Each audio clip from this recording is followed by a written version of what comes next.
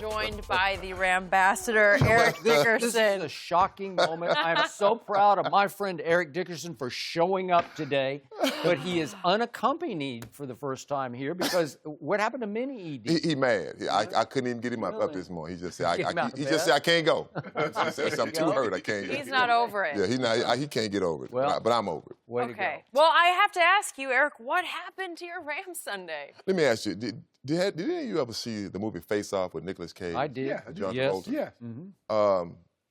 This is one fan said, it's perfect. He said that I think Jeff Fisher coached that game and put his face on as Sean McVay. Because that's how bad our offense was. I've got to say. I mean, I got to congratulate Robert Kraft and the Patriots because I told you, I think a lot of Robert Kraft. And I'm not a big fan of saying someone is the best or the greatest of anything, because I think you have to go in eras. You know, who do you like? My guy was O.J. Simpson. You know, some love Jim. That was my guy. Right. But I've got to say, Bill Belichick is the greatest coach that I've ever seen coach football. Wow. I got to give it up. I mean, that's just that's the facts. In that football game, I talked to Todd Gurley the night before the game. Sent him a text. See how he was feeling. He said, Eric, I'm 100%. I'm ready to go. And I talked to Richard Dent, Hall of Famer, Ricky Jackson, and my good friend Harvey Armstrong that I played with at SMU. All of them asked me the same question. Why didn't they run Todd Gurley? What was up with that? I mean, I just don't understand why we didn't run the football. That is one of the things that has kind of perplexed me all year. Sometimes with all these new coaches, they don't want to run the football. They get caught up in this newfangled offense. Oh, we're gonna do this. We're gonna spread it out. We're gonna do all these kind of things. And I just didn't see the same Rams football team. I really didn't. And was it disappointing? Yes, it was. You punt the ball 8 times. We never got in the red zone once. We had to score. We had to kick a 53-yard field goal. We just never got on pace. And I got to give that credit to Bill Belichick. I mean, he did to the Rams what no one else was able to do, even when we playing bad. And to me, it was just a game that we never got on track, and we never got on track because of Coach Belichick. And Sean McVay, I got to say, is a young coach. He was playing checkers, and Bill Belichick was playing chess. That's what it looked like. And for me, it's frustrating, but I got to say that's why I'm glad I don't play, because I slept great that night after the game. If I was playing, I couldn't have slept at all. Exactly. You know the feeling. Yeah. You play every play over your head. No, he doesn't know the feeling. No, I haven't lost in the Super Bowl, but you lose sleep. You just lose sleep. You can't. You just like, man, maybe I should have did this. Maybe I should have did that. But I have to give it up to Coach Belichick and the Patriots, and they beat us. I'm disappointed that Sean McVay didn't make any adjustments. I saw no adjustment. He just came in with a game plan, and when that game plan didn't work, he just tried to make it work. Skip. ED, you remember when you was growing up and you say, Coach, man, they got like 10 guys at the line of scrimmage. They ain't gonna work. Make it work. Make it work. Make it work. No, it's not gonna work. I don't care what anybody says. I don't care what Todd Gurley says. Todd Gurley was not healthy. Todd Gurley had 3 rushing attempts against the Saints. Todd Gurley didn't have the explosiveness. That 18-yard run, that's a 30-yard run when Todd Gurley's healthy. Todd Gurley is more explosive than what I've seen him over the last 2 years. Are you buying that? I'm not buying that. I'm not either. I'm not buying that. Sorry. No. I'm not buying that. I just, he said to me, he said, I'm healthy. Shannon, how this time of season, your body's wore out. It's not the same. How much tell me ask you a question, ED? Did you ever ride the bike, stationary bike, when you was a player? No, we didn't have them things. No. I mean, Todd Gurley spent more time on the bike than he did on the field. I know. Eric Dickerson, that's what bothers me. Did you ever see a running back lose his confidence?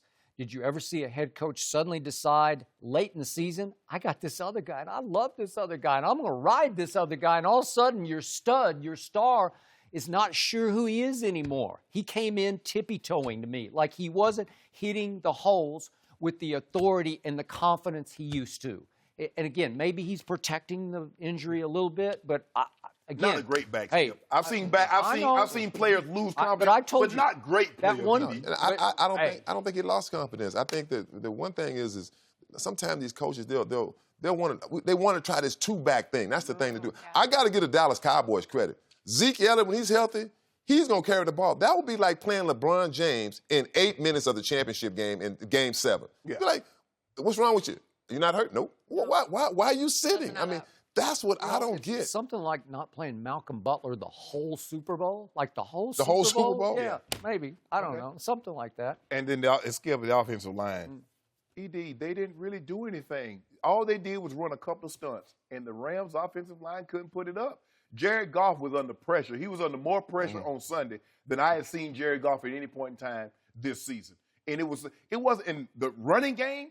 They basically took 5 guys and shut down the running game. They didn't have any run blitz. They weren't crowding the line of scrimmage. They just said, we're going to stop your run with 5 guys up front, 6 guys up front to lead the back end to take away the passing game. And they shut it off. I was so disappointed because the Rams, you were at NFL Honors, the Rams were voted best offensive line in football.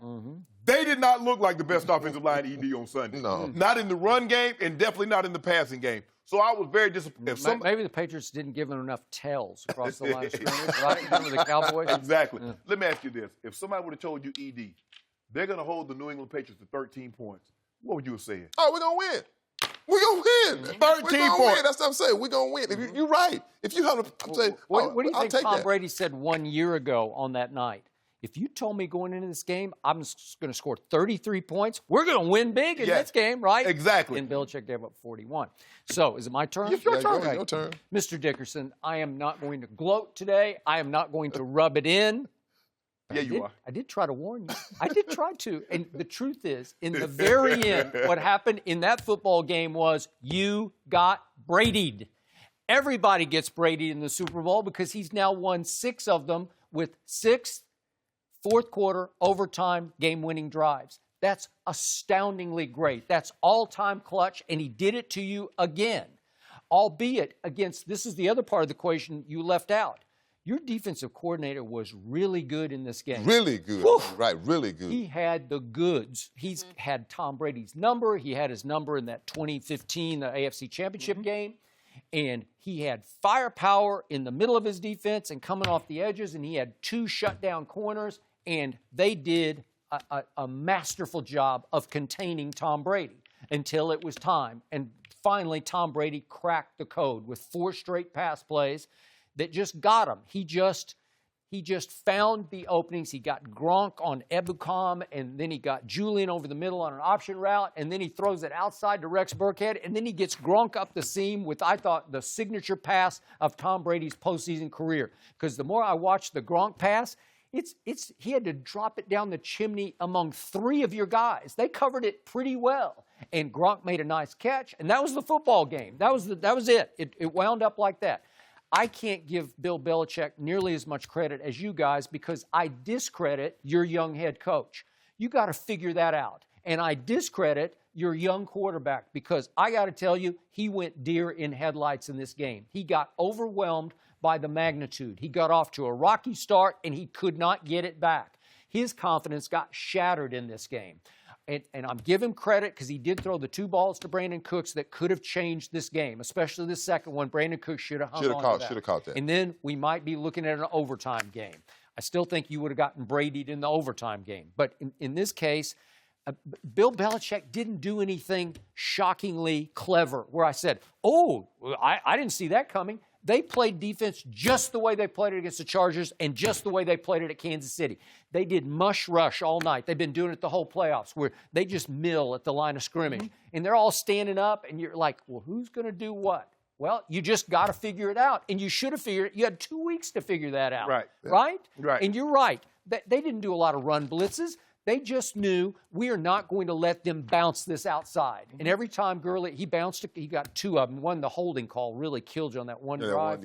And that was a phantom holding call on John Sullivan. Yeah. But otherwise, they held your run in check. And they put the game back in your young quarterback's hands. And to use your word yesterday, he was garbage, man. He had a long, hard game. And Edie, anytime a team that can run the football like the Rams can, you want their quarterback to win it. I'm not letting CJ, I'm not letting Todd Gurley win this game like they did against Dallas. I'm not going to let that happen. If Coach Belichick says, I'm not going to let your best weapons beat me. Now, if you beat me with Jared Goff, if you throw 350 yards and 3 touchdowns, I can live with that. But I tell you what you're not going to do. You're not running for 200. Well, I agree. And to me, we only ran the ball 17 times. I mean, that's frustrating. I have to give the Patriots credit. The Patriots stuck to their run. Even when I'm fans, I'm saying, you know what they did? They did. When you stick to the run, because one thing with the run, it really is. Then the play action really works. We do play action. It wasn't. They're like they're not running the football. You can't run the ball. You getting 1 yard. We're not running. They don't. We never committed to really running the football. And that has been the word with me with Coach McVay. Sometimes he just gets away from it too soon, wants to get too fancy. And to me, that hurt us in that football game. What did he do to my Cowboys? Oh, he ran it to death. And I was so impressed because he loves to throw the football, but it was working, and he stuck with it. And he ran them off the field, 273 yards. But you remember, ED, late in the season against the Chiefs, I think Gurley only had 11 carries. Okay, you can abandon the run. If you're throwing the ball for 350, 400 yards, okay, fine. It's different. But when you're not completing passes or they're hitting your quarterback, you got to change it up. You got Todd Gurley back there. He made the most money. He's the highest paid running back in NFL history. And he get 10 carries. 10 carries? That's what I'm saying. And those 10 wasn't it's like you know, I know a running back, you got to get into a rhythm. Yeah. You can't carry the ball 2 times. Yeah, 2 here, the ball, 3 here, you know, 1. You got to get in that 4. Give me 5. Give me 6. See, and he was going series without playing. Well, it's because C.J. Anderson went from blessing to curse because McVay fell in love with him enough that he was at least going to share the load, right, on Sunday night? Yeah. And that was... Well, if it was working like they did in the final 2 games and against Dallas, okay. But I got to go with something. I got to go with a hot hand. You got to go with the horse that got you there. And I believe that. You know, Todd should have been getting that ball enough. You know what? Like I said, if he'd have carried that ball 25 times and we'd have lost that football game, I said, you know what? I'm good with that. That's interesting. I'm good with that. Yeah. You know, I think of the Cowboys. If you say Zeke carried the ball 28 times and we lost the football game, I'm cool. Right. Because that's our best guy. Yeah, but that gives us the best chance. Suffocated him. Well, he got, 47 yards? But he still had 20 carries. He still had 20 carries. He still had 20. And I'm okay. I mean, but y'all defense couldn't stop our offense. So that's what it is. So my big picture question is, how good is Nick Foles? Because 1 year ago, Sunday night, he put 41 on Belichick's defense. So how good is he? Is that much better than Jared Goff and McVay? He was in that game. I would say he was in that game. You know, the play calling was really, really suspect. I just got to call it like I see it. It was really bad, really bad. And Jared Goff, he got hit a lot. I mean, you know, a young quarterback, I mean, of course he's going to look like a deer. No quarterback wants to get hit. And he's getting hit, he's getting rushed. The interception, he's got to step into, go take the hit, get it over the defender's head. He should have never threw that ball. They came with a 0 blitz, and the guy's off. You can't throw the goal ball if the guy's playing 10 yards off. And Deron Harmon was in his face. Yes. And he couldn't step through. And when Patrick Chung went, I'm like, oh, okay. Oh, I thought now everyone would have thought, right? Now we got a shot. Now we can throw the ball. But, hey. So what, are they back next year? Of course, the Rambassador will be back. We will be back. You know, turn the corner. We'll be back when your Cowboys get back, I bet you that. Do they play the Cowboys because they won the division? Yes, they play next year. The Cowboys. Where they play at? I don't know. I think it's at find out for Cherry World. Oh, y'all going to take the L regardless. It doesn't matter. Take the L anyway?